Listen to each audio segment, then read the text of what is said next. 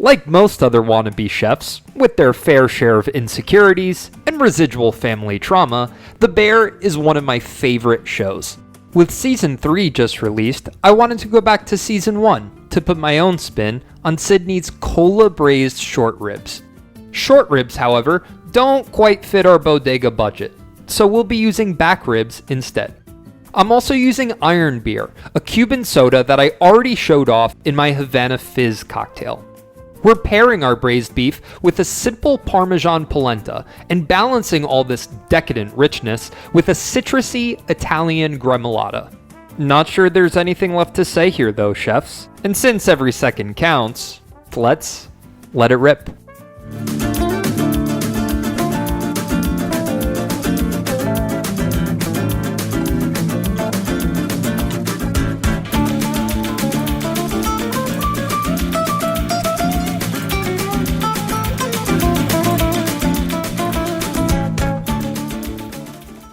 A quality braise starts with quality stock, so we'll be making ours fresh.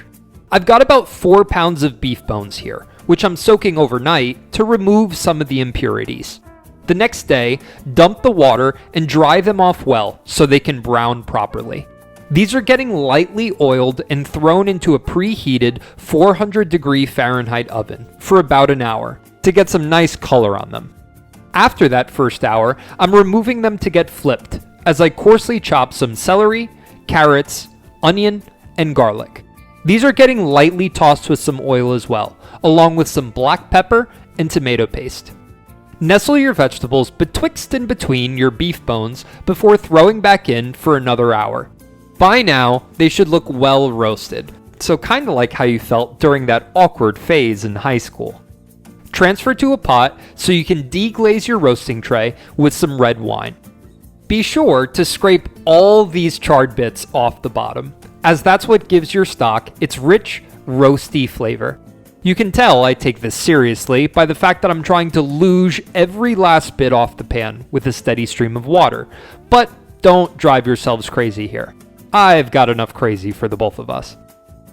The celery leaves off the top of the bunch were looking a little sad after a few days, so I'm using them up in my stock here to make sure they don't go to waste.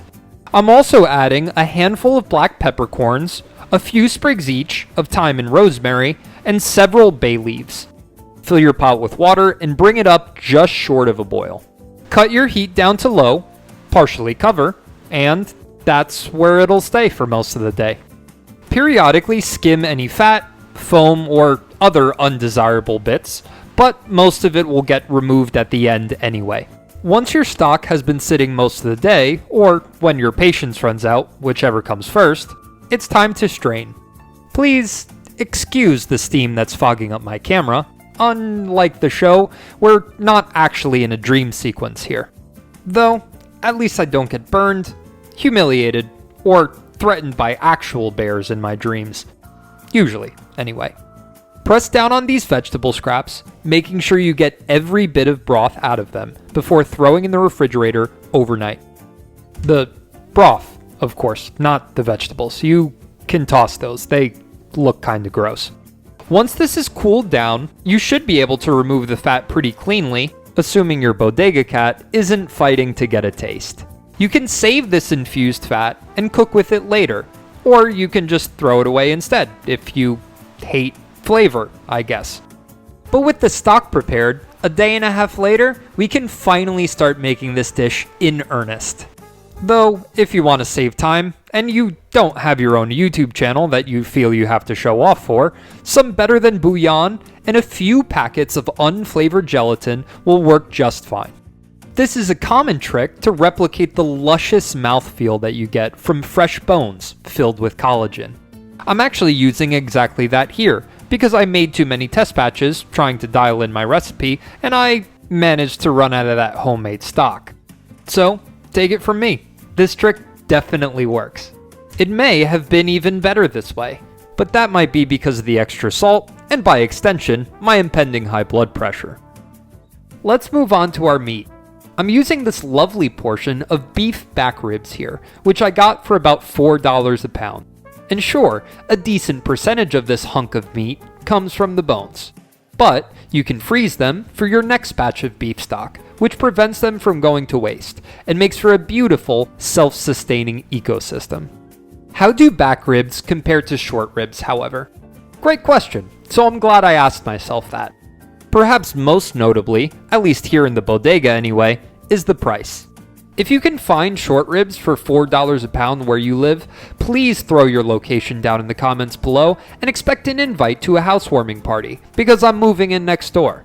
Other than the cost, however, they're taken from slightly different parts of the cow. Let's see if we can visualize this better. Class is now in session. Wait just a minute.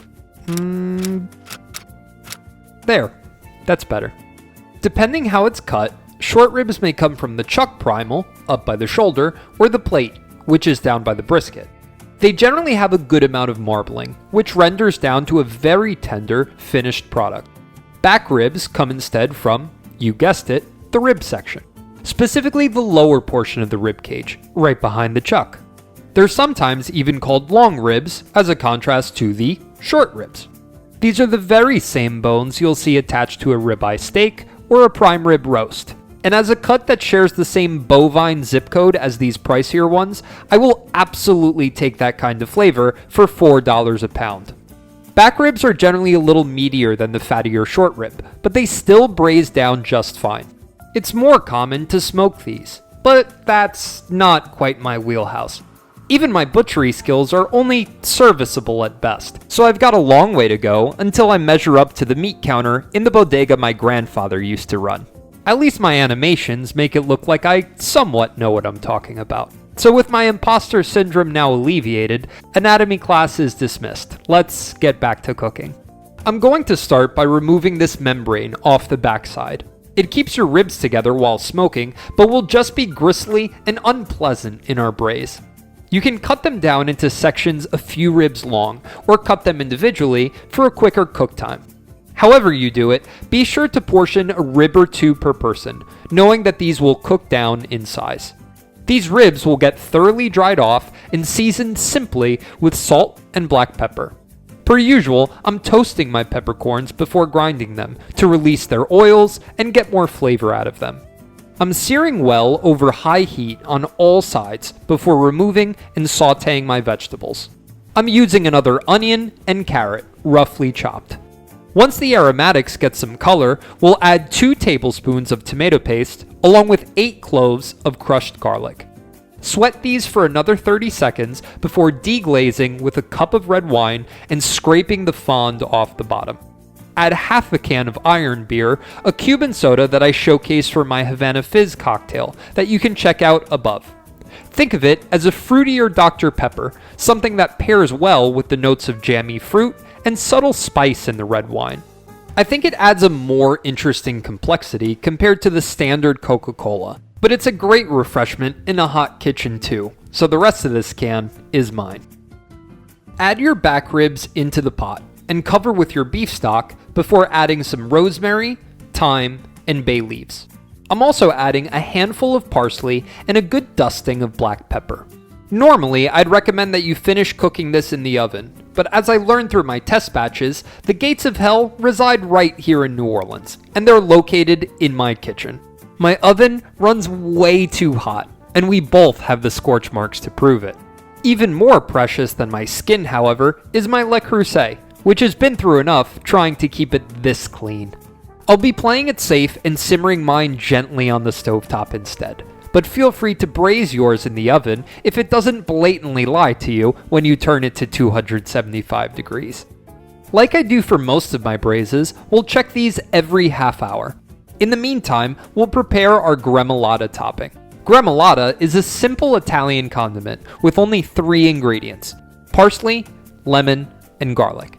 It's bright, it's citrusy, it's herbaceous, it's zesty, and we'll need every bit of that to cut through the richness of our beef ribs and our polenta. I'm finely chopping about a cup of Italian parsley, along with the zest of 3 lemons and 3 cloves of grated garlic. Give this a toss, season with a touch of salt, and set aside. Test your ribs periodically with a knife to see how tender they are. I'm going to let mine cook completely before starting my polenta, since it's going to take time for our braising liquid to reduce down into a sauce as well. This took about 2 hours for me, but your mileage may vary depending on the temperature, whether you're going with the oven or on the stovetop. Either way, the texture doesn't lie, so cook down to your desired doneness depending on how shreddy you like your beef. Once your ribs are done, remove and strain. The liquid is going into a wide sauté pan over medium heat, and while it gently reduces, we'll get started on our polenta. We're making a cup of it, which means we'll need 4 cups of water. Lightly salt your water and bring it up to a boil while you sift through the polenta and pick out any grit. Start whisking your boiling water and slowly stream in your polenta. Keep stirring, agitating well to prevent lumps. After about a minute or two, you're going to turn the heat down to low, stirring until it starts to thicken.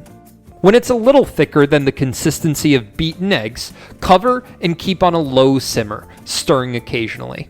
The polenta takes between 20 and 30 minutes to cook through, so taste occasionally, and when your polenta is about 5 minutes out, add your beef back into your sauce to gently warm it through again. Monitor the sauce's consistency as it finishes reducing, as you're looking for something that will leave a trail in the pan or coat the back of a spoon. If it reduces down too much, however, your sauce might break. Just ask me how I know. If this happens, the beef fat will very clearly separate from the rest of the sauce, and you'll be left with an unappetizing, oily mess. It should come back together pretty easily, though, with a little bit more red wine or beef stock. After troubleshooting the sauce if needed, we'll finish off our polenta before serving, with 2 tablespoons of butter and about a cup of grated Parmesan cheese. Stir well to incorporate, and season to taste with a little salt if needed, and about half a teaspoon of black pepper. But with that, we're ready to plate, and that means it's time to get ready for service. Spoon a generous helping of polenta, maybe giving it a chefy looking smear while you're at it. Top with a beef rib and ladle with plenty of sauce. Hit it with a bit more Parmesan and black pepper along with your gremolata and a quick squeeze of lemon that you used earlier to add that acid that it was missing on the show. And that's it, order up. And this is in fact tremendous. Wow. Cooking this dish is a few days in the making, let alone the weeks it took to perfect the recipe. But this is absolutely worth it. While this isn't exactly a dish for June, it hardly even matters with the incredible flavors that are on this plate. These are all cheap ingredients, but by putting in the time to thoughtfully prepare them, it makes it all lavishly decadent. The back rib isn't in vogue. It's not sexy and trendy like the short rib is, but it transforms the meat into something that's just as rich and tender. It takes simple polenta, a cheap grain, and makes it creamy and luxurious with butter and Parmesan. It takes soda, for Christ's sake, and turns it into an unctuous glaze with a tropical fruity sweetness that's paired perfectly with the black pepper and the salty, nutty Parmesan. And that's not to knock cheap ingredients as is, because I still remember and crave how my great-grandmother prepared her own polenta that was much more no frills than the one shown here.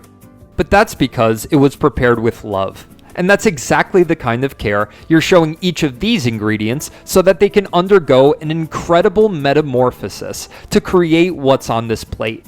Even the small sprinkling of gremolata is a game changer, balancing the heaviness of the dish and keeping you coming back for more.